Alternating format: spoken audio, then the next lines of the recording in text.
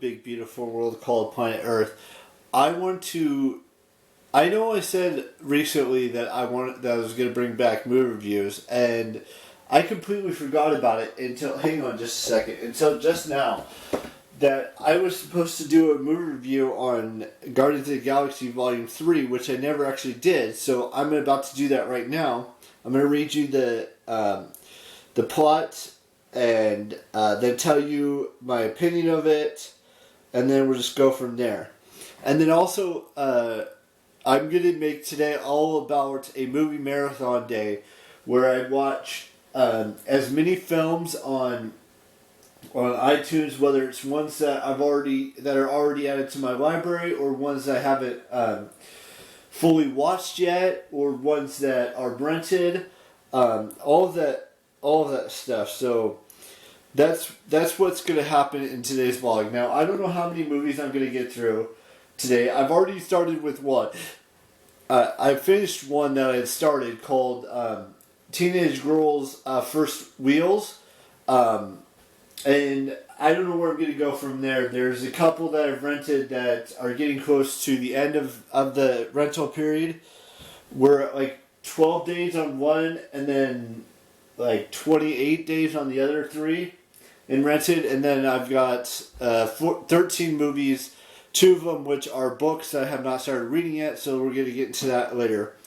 So, Guardians of the Galaxy Volume 3. At their headquarters of nowhere, the Guardians of the Galaxy are attacked by Adam Warlock, a sovereign warrior created by their high priestess Aisha. After Adam overpowers them and critically wounds Rocket, he is stabbed by Nebula and forced to flee. The Guardians are unable to tend to Rocket's wounds due to a kill switch made by the company Orgocope. ORGO Corp embedded in him. They travel to the company's headquarters to find the override code.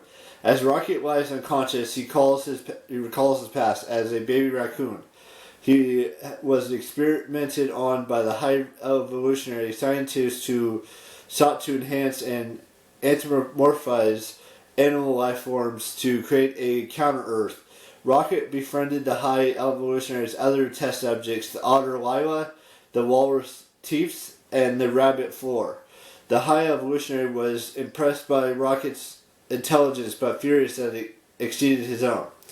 The high evolutionary perfected his experiments with Rocket's advice, but ordered Rocket's brain to be extracted and his friends incinerated. Rocket freed Lila only for the high evolutionary to kill her. Rocket mauled the high evolutionary and shot his guards, but Teefs and Floor were killed in the chaos. Alone, Rocket stole a spaceship and fled.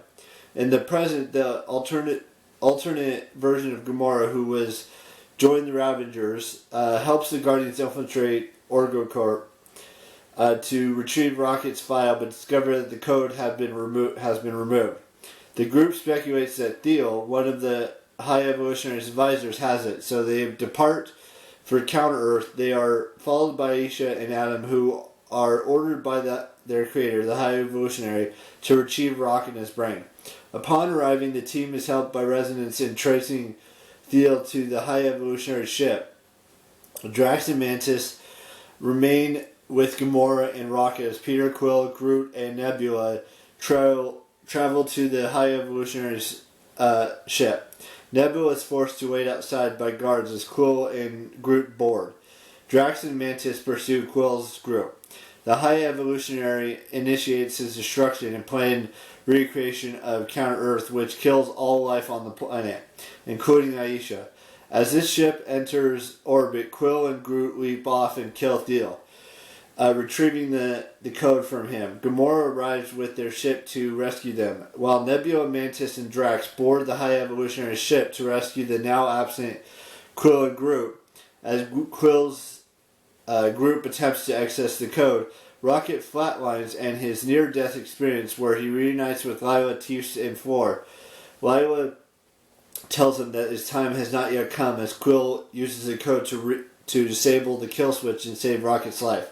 Nebula, Mantis, and Drax come across hundreds of imprisoned humanoid children on the High Evolutionary ship, before being captured. Quill's group sets out to rescue the three, who are placed in a chamber with monstrous obelisks.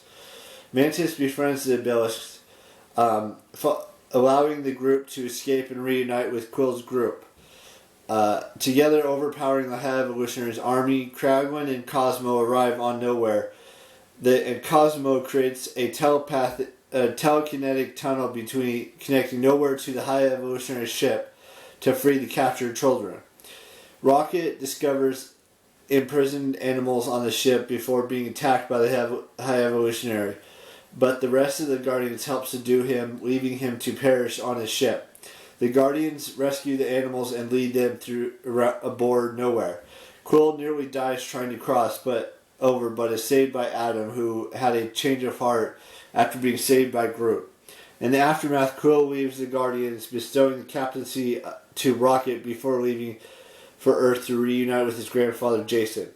Mantis embarks on a journey of self-discovery with the Obelisks. Gamora reunites with the Ravengers, and Nebula and Drax remain on Nowhere to raise the rescued children. In the mid-credit scene, the new Guardians consisted of Rocket, Groot, Cosmo, Kraglin, Adam, and Phyla, one of the rescued children, and Adam's pet Blurt, one of the new mission. In post-credit scene, Quill eats breakfast with Jason. Now, also, that what they didn't mention is that Mantis and Quill are brother and sister, because they're half siblings, I believe. I don't think they're actual full-blooded siblings. They're half siblings because their dad Ego didn't have a child with Quill's mother, but had a child with someone else, and his father Ego was killed in the second film. So Mantis and Quill are brother and sister, and they kind of mention it in the film as well. If you've watched the holiday special, it tells you that as well, that they're brother and sister. Other than that, it was a very, very, very good film. I mean, I really liked it. My honest opinion of this film was that it was the best Guardians of the Galaxy film. I'd say number 1 is the second best, and number 2 is the third best. But they're all very close together. Now, they said Star Wars is supposed to return in a future, maybe in the next Avengers film, or maybe he returns in some other film in the Marvel Cinematic Universe, but they said he's supposed to return. Other than that, my honest grade for this was, I want to say like a A- to a B+ in grade. That's how I grade every movie. And like I said, there's going to be a couple movies on iTunes. There's going to be a couple movies on a streaming platform that I'm going to rewatch or watch for the first time for today. Because today I'm just making a movie marathon. So with that being said, we got a couple birthdays to wish. So I want to wish Finnegan Harry's a happy 30th birthday. I would like to wish Chelsea Briggs a happy birthday. And who else? And Micah Abdullah, a happy birthday. Debbie Ryan Dunn, a happy 30th birthday. And Candace King, a happy birthday today as well. Now there's a couple birthdays tomorrow. Let's see, we got 3 birthdays tomorrow. So I will be doing that as well. And that's it for today's vlog. So be the best version of yourself for yourself that you could be, and find your love story. And I will see you tomorrow with a brand new vlog. Bye bye.